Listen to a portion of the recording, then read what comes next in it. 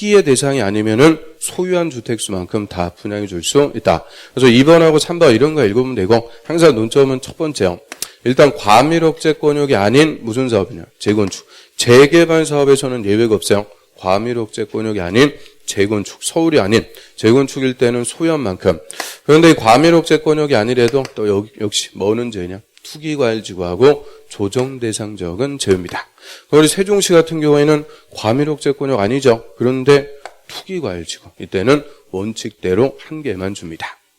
그 다음에 종전가가 비싸요. 종전가가 뭐 몇십억 해요. 또는 종전주택의 전용 면적이 넓어요.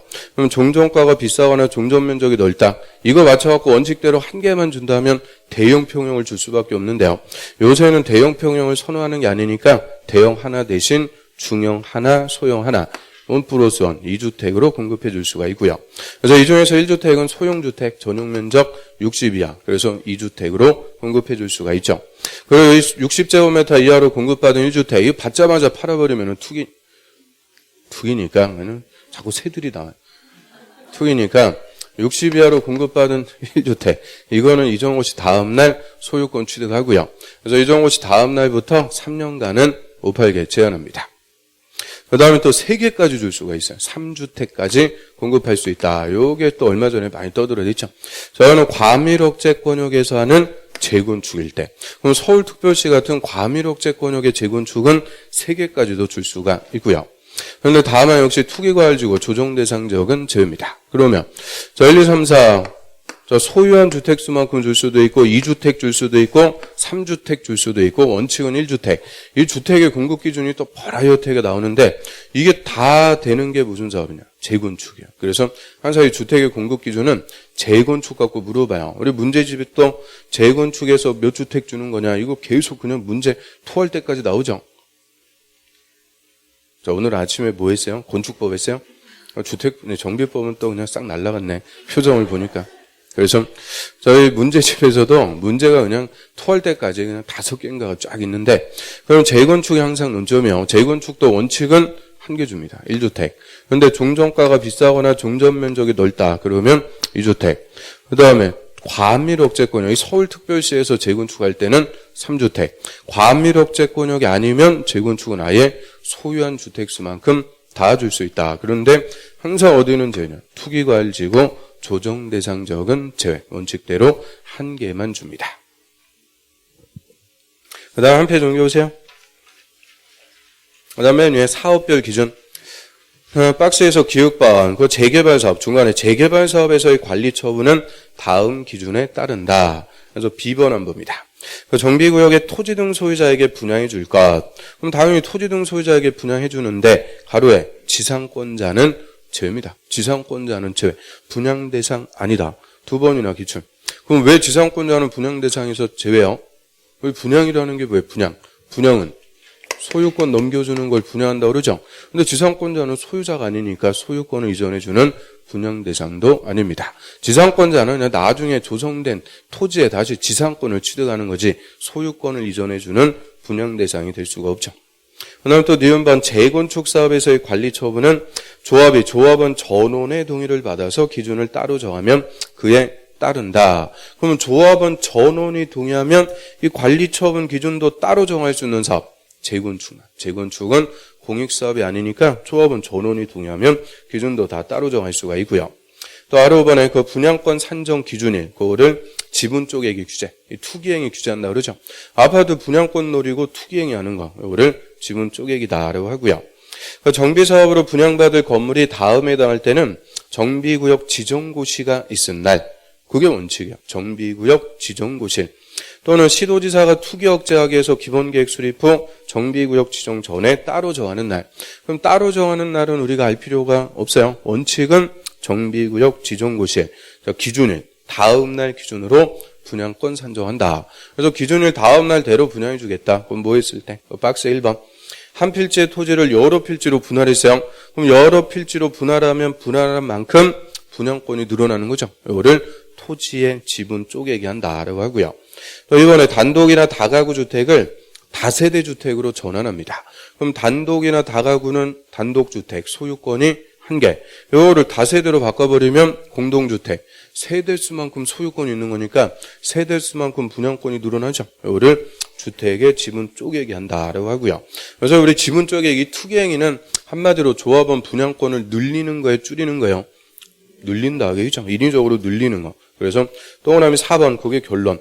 자, 나대지의 건물을 새로 짓거나 기존 건물을 철거하고 다세대 같은 공동주택을 건축해서 토지 등 소유자, 조합원 수를 증가, 늘리는 행위. 인위적으로 조합원 수를 늘리는 행위. 이런 행위는 기준일 다음 날 이후부터는 인정 안 해준다. 그 얘기죠. 그래서 기준일 다음 날 이후부터는 이 지분 쪼개기 행위를 해도 기준일 다음 날 대로만 분양권을 산정해서 분양을 해줍니다.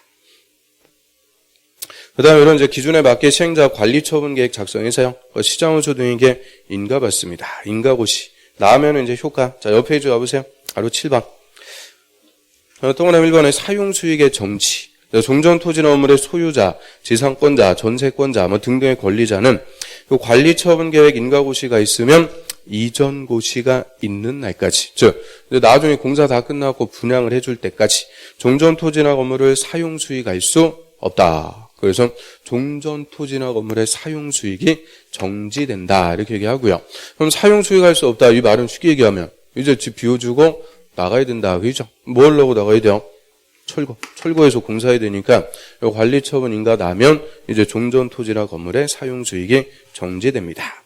근데 다만 다음에 해당할 때는 그러하지 않다. 그러지 않다는 계속 사용할 수 있다. 그래서 박스에 그 시행자의 동의 받았을 때 또 니은 공시법에 따른 보상이 완료되지 않았을 때 특히 보상을 못 받으면 안 나오고 버티는 거예요. 그래서 그 당연한 거니까 그 교육법 시행자의 동의 받으면 관리처분 계획 인가 후라도 계속 사용할 수 있다. 예외가 있죠. 근데 원칙은 이제 종전토지나 건물 다 사용수익 정지 다 집 비워주고 나가는 거예요.